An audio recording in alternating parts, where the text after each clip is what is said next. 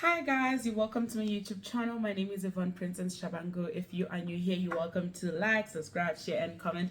And voila, you're part of the graceful, the beautiful, and the wonderful family. We are back with another video, and this one is a new series called My Journey to Admission. So in this series, I'm gonna try and tackle all the issues that people face when they're in the process of applying for their admission.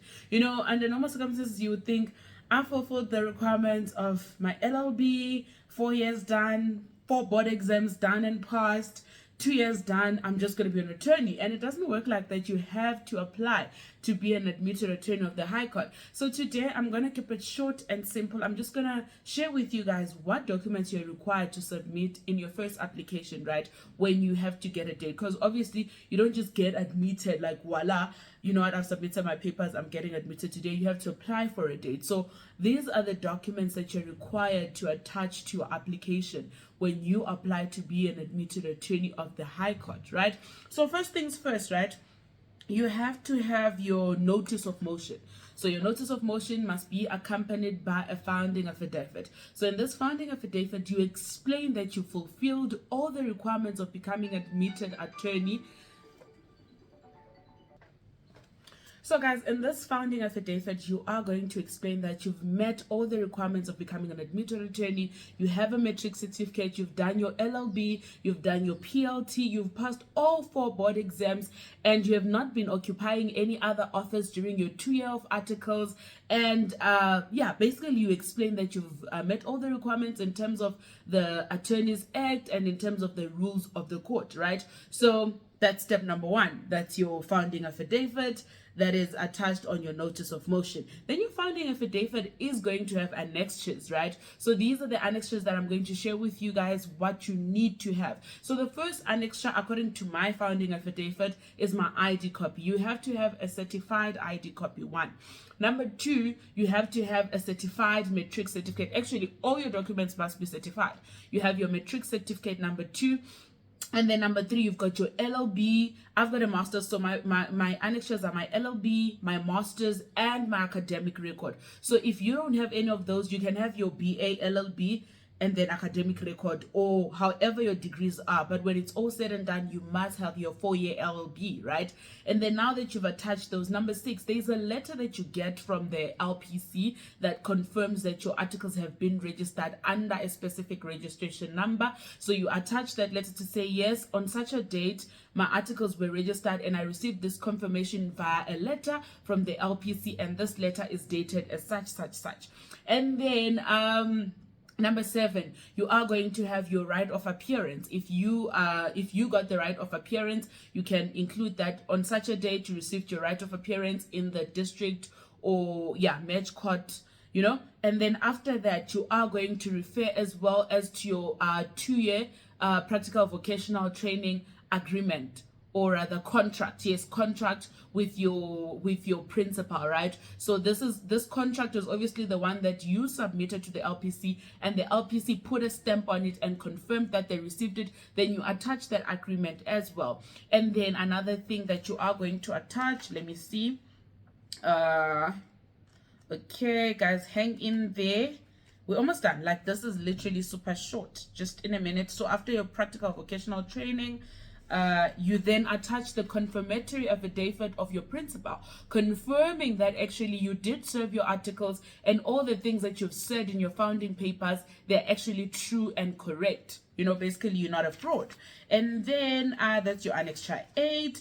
And then your annexure 9. Your annexure 9, you are going to have your certificate or report from the LPC. Sorry, from the PLT, so practical legal training, right? Yeah, sorry, practical legal training. So basically, some people would have done 6 months law school, some people would have done short term. I did short term, but you receive your certificate and then you attach your certificate as an annexure as well. On my side, it was annexure 9.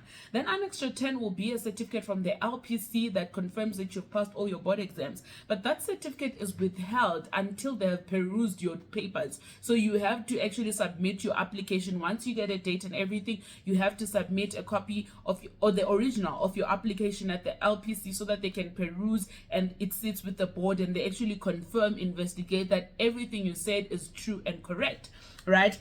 And then, guys, because I mean, you know what, everything involving the legal profession is money. You have to pay for you to be enrolled as an admitted attorney. So you pay a fee. Currently the fee is 530. So you pay your 530. So before you even send it to before you even upload it on Courts Online and apply for a date, you have to have paid for this application. So it's 530. You pay that 530, and then you attach your proof of payment. As on my side, it's actually an extra 11. And then that's just about it. And then that's done in terms of your papers that you're required to have in your application. Those are your annexes. So you would have your notice of motion, your founding affidavit, you would have your ID copy, you would have your matric certificate, you would have your academic record and your degree certificate, and then you would also have your proof of payment, you would have your practical vocational training agreement, you would have your your right of appearance, you would have your PLT report card, and then you would leave like I think around about annexure 10, you would leave it, you mention it, but you mentioned that it's going to be uploaded by the LPC once they've confirmed everything they want to confirm. And then basically that's it, guys. And then also, just side note, because I'm probably not going to do another video relating to this, when you apply, you need to make sure that all of these are in order. You upload on Courts Online, because now court is virtual. You upload on Courts Online. Once you've uploaded on Courts Online and it's been approved, you apply for a date. When you apply for a date, you need to have your compliance affidavit to say you've complied with all the rules of court. And then also you need to have that date application form where you say what type of application is this. Is it an actually it's an ex parte application. So you would see, because there is no defendant, it's an ex parte application. Yeah, so it's an ex parte application. So yeah, that's basically it. And yeah, to everybody else that's on their journey to becoming an admitted attorney, all the best. It's quite a journey, guys.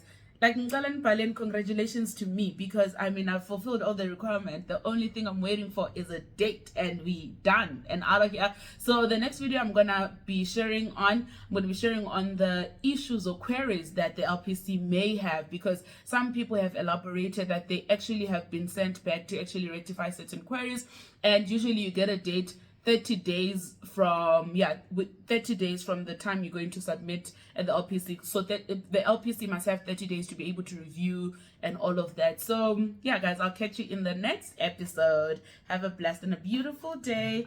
Do not forget to be loved, and God bless you. Thank you all.